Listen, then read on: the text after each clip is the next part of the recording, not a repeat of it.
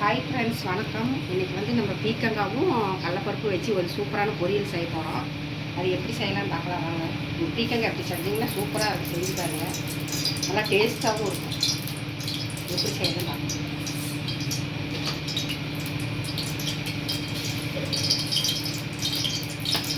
பீக்கங்காய் உடம்புக்கு நல்லது, அதனால் இந்த மாதிரி செஞ்சிங்கன்னா சூப்பராக இருக்கும். வெயில்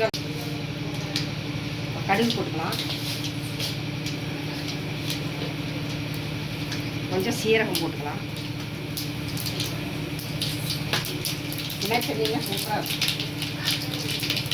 கடுகு சீரகம் பொரிஞ்சதும் வெங்காயம் போட்டுக்கலாம்.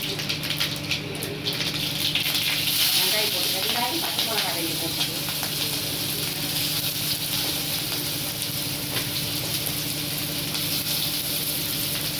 கருவேப்பிலை கொஞ்சம் போட்டுக்கலாம்.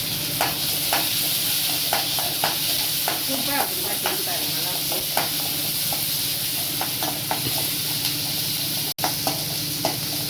கொஞ்சம் தக்காளி போட்டுக்கலாம். தக்காளி கொஞ்சம் போட்டுக்கலாம்.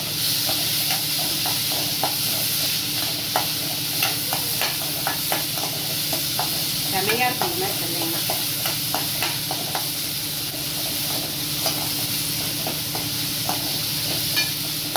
கொஞ்சம் வணங்கிடுச்சு. இப்போ பீக்கங்காய் கட் பண்ணி வச்சுருக்கோம். பீக்கங்காய் கட் பண்ணி வச்சுருக்கோம்.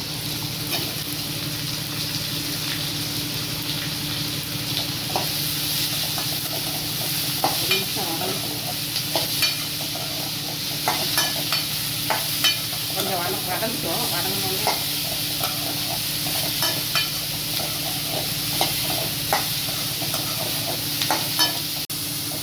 கொஞ்சம் வதங்கி வச்சு கொஞ்சம் உப்பு போட்டுக்கலாம்.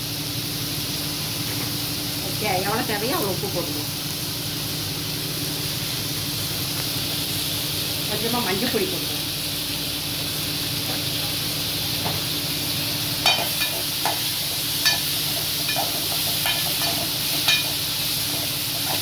கடலப்பருப்பு போட்டுக்கலாம். கடலப்பருப்பு 1 மணி நேரம் ஊற வச்சு வச்சுருக்கிறோம். அந்த கடலப்பருப்பு போட்டுக்கலாம்.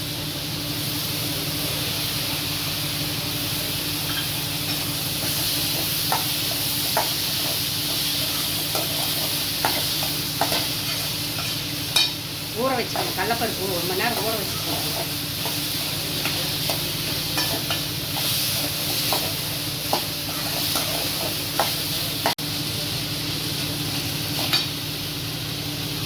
கொஞ்சமாக தண்ணி தெளிச்சுக்கலாம். அதுலேயே வெந்துக்கும். கொஞ்சமாக தண்ணி தெளிச்சுக்கலாம்.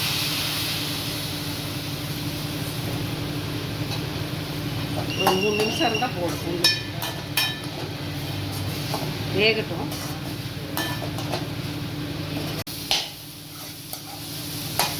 இப்போ வெந்துருச்சு. தேங்காய் பண்ணி போட்டு இறக்கிடலாம். தேங்காய் பண்ணி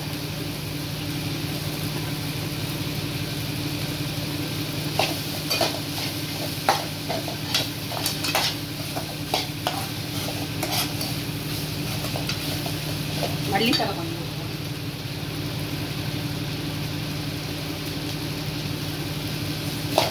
தயாராகிடுச்சு. அவ்வளோதான், பீக்கங்காய் பொரியல் தயாராகிடுச்சு. சூப்பரான பீக்கங்காய்.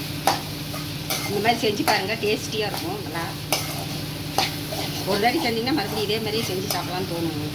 சூப்பராக இருக்கும் பாருங்க. சூப்பராக இருக்கும். ரெடி ஆயிடுச்சு.